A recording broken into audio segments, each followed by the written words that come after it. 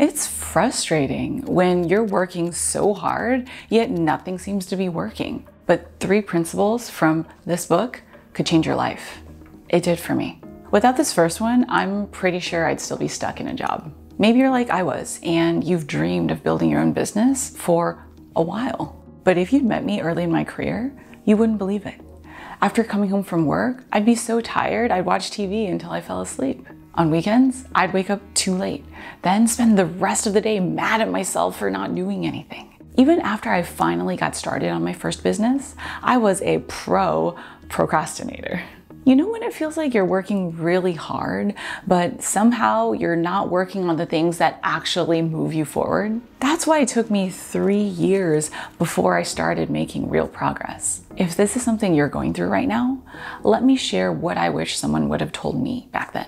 It's not because you're not meant to have the business of your dreams. But the real reason is a bit counterintuitive. At least it was for me until I read this book. We all have a tolerance cap for how much happiness and ease we allow ourselves, an upper limit. That includes how much money you allow yourself to make and how happy you allow yourself to be while making it. Like making lots of money in a business you love.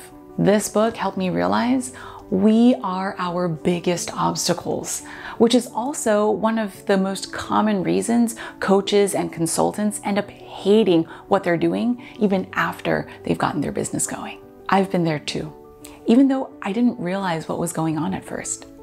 See if you can recognize it. I would constantly be refreshing my inbox for emails from my clients. And as soon as I got one, it felt like I had to respond immediately. Plus, I went over time on calls and overgave to the point of burnout. This is what happens when you upper limit yourself. In this case, how hard you have to work to earn what your clients are paying you. To be clear, hard work is important, but we often make it harder on ourselves than it has to be. Understanding why we do this is really helpful. Because we are biologically programmed to seek comfort and stability, not happiness. Being aware of this helps you recognize when it's happening so you can check in with yourself. Does this really have to be this way? Or am I upper limiting myself? But that's also not the only reason we tend to make things harder on ourselves than they really need to be.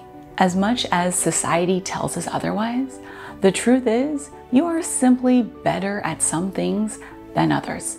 But trying to improve your weaknesses might not be the best use of your time. In fact, I believe this book was the first time I heard, and I'm paraphrasing, it's okay to basically ignore your weaknesses. Instead, double down on your strengths. What's more, there's also a subset of your strengths that you should focus the most on. Because working in your zone of genius is not only more enjoyable and easier for you, but it'll also massively multiply your results. But you gotta watch out, because a lot of your well-meaning family, friends, and even mentors will try to shift your focus away from your zone. For example, if you've been around in LZ land for at least a bit, you know I am a huge introvert. My zone of genius is to sit by myself, think, create, test, and then share my learnings with you. But when I first decided to double down on this about 5 years ago, some of my mentors, who I really respect, told me, you can't build the kind of business you want that way. You've got to be careful not to follow advice that's good on its own, but not necessarily good for you.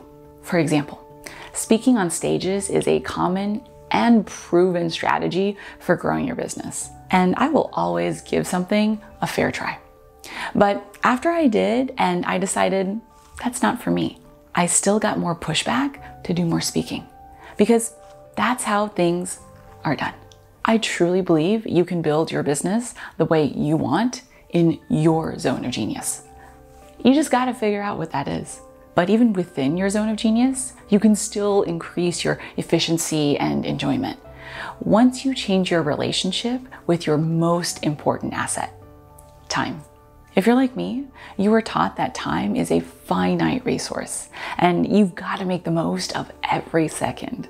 But this book was the first time I heard the idea of Einstein time, where how you experience time is relative to what you're thinking and feeling about it. Before I started implementing this, it used to take me more than 3 hours to write one newsletter to my email list. You know how that goes. You get writer's block, you overthink what to say, reread every sentence 5 times, and finally, send out an email you're not that happy with anyways. Plus, the entire time I'd be staring at the clock thinking, oh my gosh, it's been an hour. Why am I so slow? Oh, it's been 2 hours. How am I ever gonna sustain this? The answer is, I couldn't have. And if you are feeling like content creation is too slow and painful, you're probably right too. But changing from a scarcity mindset around time, where you're also spending a lot of it being frustrated, allows you to focus on actually doing your work and get it done much faster. High five to that. There's a reminder I use, which has allowed me to get a lot more done a lot faster. The time it takes is the time it takes. When you truly believe this and use it to do your work, it transforms your output. Because you're not just trying to brute force your way through your work anymore, like the way I was trying to power through my 3-hour-long newsletter sessions. Instead, you work when you're ready, which also happens more frequently because you've trained yourself to realize work no longer has to be this painful struggle with time. Plus, you get to focus on actually doing the work instead of worrying about it. This is how it now takes me less than 30 minutes to write my daily newsletter, which with practice and learning to be in flow is absolutely possible for you too. But you do have to know what to do in the first place. Otherwise, you're still going to be wasting your time and energy on things that don't actually grow your business. The good news is you just need 3 to-dos to grow your business faster while working less. And I walk you through what they are in this next video. These to-dos have helped me build a 7-figure business that now requires less than 20 hours a week of my time. You'll see what to focus on to build the business you want in the fastest, most efficient way possible.